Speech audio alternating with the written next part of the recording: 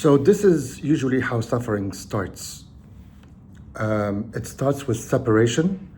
I've spoken before about how being unmet and asking questions like, am I loved?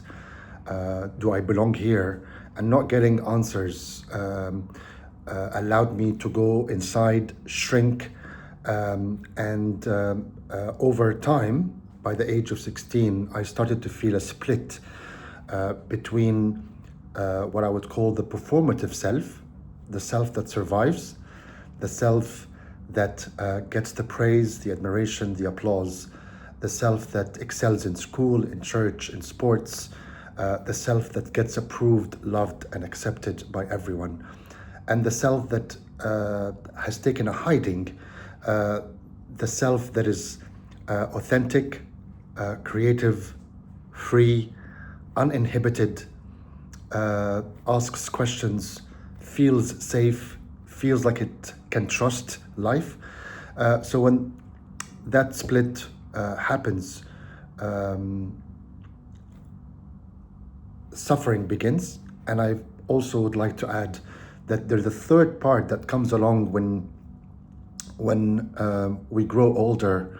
I would say about 16, 17 is actually when I started to become more inclined to go to church. There's a part that emerges, which what I would call the voice of the false god. And that third part of you or me or us starts to judge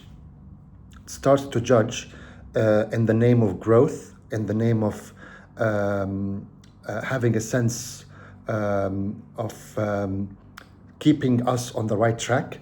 It's a voice that can take the shape of an authority in your life. It could be your mom, it could be your dad, it could be someone that you trusted, and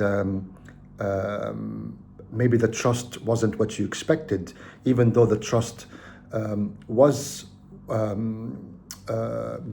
somehow a possibility, but the possibility wasn't entirely met because of a certain gap. But that the voice of the false god is the judgment that actually judges us on a daily basis, and it carries the voices of guilt and shame and fear and anger, which are forces that I'm going to cover. These are not weaknesses or sins as they've been positioned by history or by institutions. These are actual states of existence that need to be befriended, need to be accompanied and understood and met. But the voice of judgment becomes the voice of suffering, because everything that you do, everything that we do becomes a subject for improvement, doing it better, perfectionism. I'm not enough, I need to do more, I need to achieve more. And it starts to compare you with yourself. Oh, I was like that and now I'm like this and I should be here. So the judgment kind of gives you a timeline that is quite excruciating, because you start to map yourself according to society, people, and that's where suffering starts to really become a reality.